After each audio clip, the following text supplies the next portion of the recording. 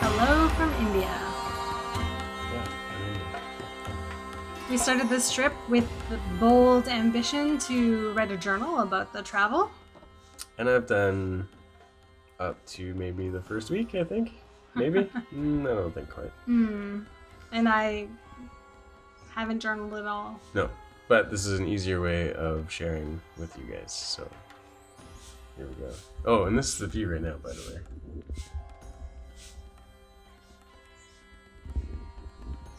Yeah. We're in a beautiful resort in Pune.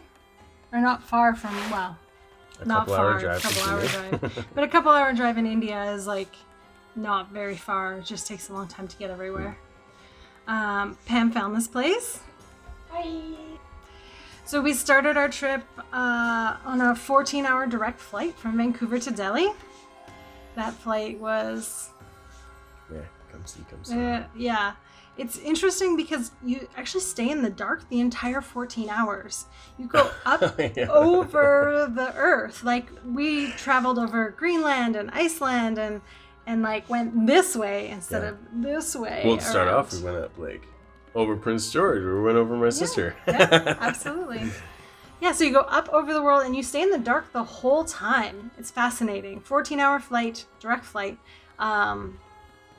We landed at Delhi at 4 a.m. I had no idea what day it was or what time it was, or it was, yeah. And then you're told that as soon as you get off the plane in India, that's when you get bowled over by a smell or smells. But that wasn't the experience that I had. No. It was warm and humid, but and I've been to warm places before, so I assume that the smells that people were talking about was like that warm, moist, hot garbage kind of smell. moist hot That garbage. wasn't it though. It was fine. Yeah, it was totally fine. And it was I guess it was 4:30 in the morning-ish, so still dark and the sun wasn't out. And then we had our first experience on the road, which wasn't that bad, but it was eye-opening, I'd say. Right? Yeah. As If to you like the habits of... check out our Instagram stories, we did put it on the stories, so I'll put a button in so that they can go back and rewatch them. Or maybe I'll throw a quick one to watch. Yeah. So we got a shuttle. Pam did a great job arranging everything so that people picked us up from the airport, so we didn't have to worry about finding a taxi or being taken to the wrong place. Yeah, arranged through... most often arranged through the accommodations that we were staying at. That way, because we heard from lots of people that your cab driver will just try and take you somewhere else because then they get a kickback from wherever they end up taking you. But if you organize that through your accommodation, then you don't have to worry about going to the wrong place because it's all arranged and they want to get you there. So yeah, that worked out really well. That's smart cookie, Pam. Way to go, Pam. Thanks, guys. Thanks. So we landed in Delhi and there was a little bit of debate as to whether we should have a nap or get some sleep, and we decided we all just showered and changed and faced the day. Yeah. That was a marathon day. We saw the Red Fort. Yes. We went through the bazaar. Yes. We had our first experience with some street food. Red Fort is super cool. Weirdly organized though. The entrance areas. You have to buy your ticket on one side. So we're at the Red Fort, and so the locals get to pay 50 rupee or 80 rupee to go to the museum and the fort,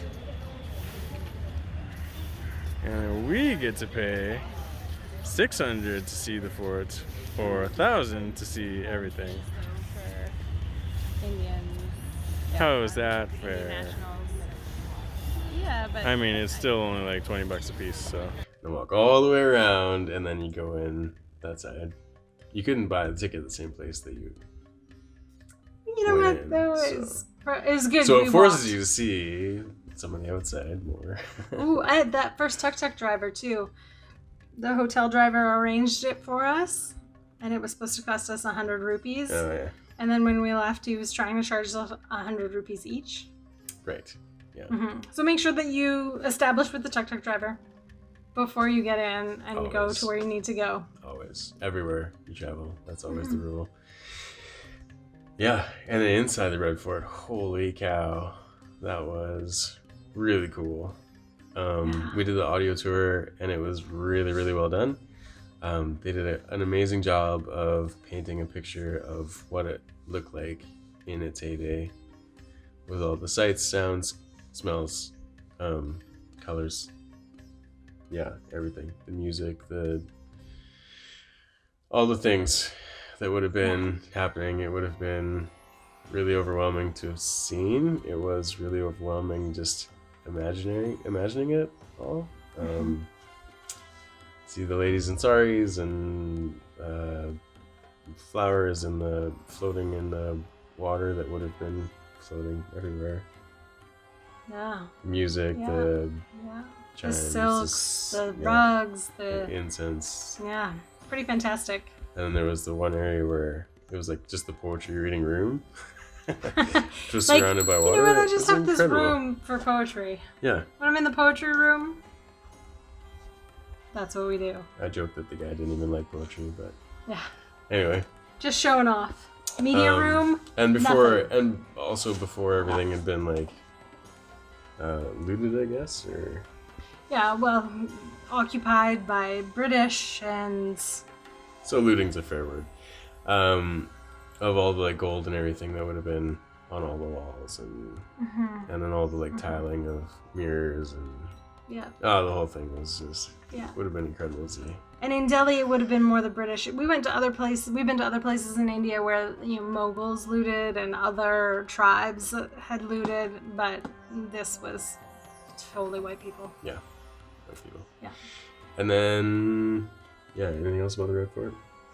They have a big monument, and you can actually read some of the things that how the Indian people were persecuted, and Oh, the museum we went martyred. to. Yeah. and Oh we went to the man, it was museum. brutal. I had a little cry. Yeah. Yeah. My little cry was at the end when we were looking at this one. What do you even call that building? It was like the ladies' pavilion. Yeah, and we're just thinking about how incredible it would have been. That whole description To that we see gave it all before. done. Like Yeah. that's what I got a little tear. Yeah. Just thinking how incredible it would have Yeah. been. Yeah. And then we did the bazaar and went back to the hotel to get ready for dinner, and I fell asleep. Oh yeah, you slept a long time that night. Yeah, I fell asleep. But it was it dark yet? I don't even know if it was No, dark I yet. don't It was think like so. 5:30, and But, I was out. Back up to the bazaar though, that first street food experience was really good. It was maybe the best puri I've ever had. And I can't remember what it was that we were eating with that, but oh man. Chickpeas? And? It was two things. Was it a paneer or something? Yeah, and like a sauteed caramel paneer. Huh. It was really good, but my best as well. Yeah. Anyway. Yeah, and just in this tiny little alleyway. Yeah. And it cost like nothing. And then our Which motto most became... of my favorite meals have been the ones that have cost almost nothing. They've been like the most legit, like local street food stuff. So. You found it because Raj kept saying deeper is better. Yeah. Yeah, it's been our motto when in the bazaars and in Old Town to go deeper. Yeah.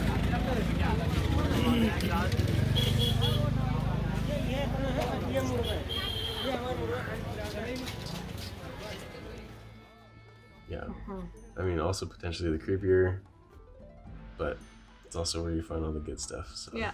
Yeah, and then you slept, and then I fell asleep. the next day we We took the train. Ranthambore Ranthambore National Park. National Park. Right.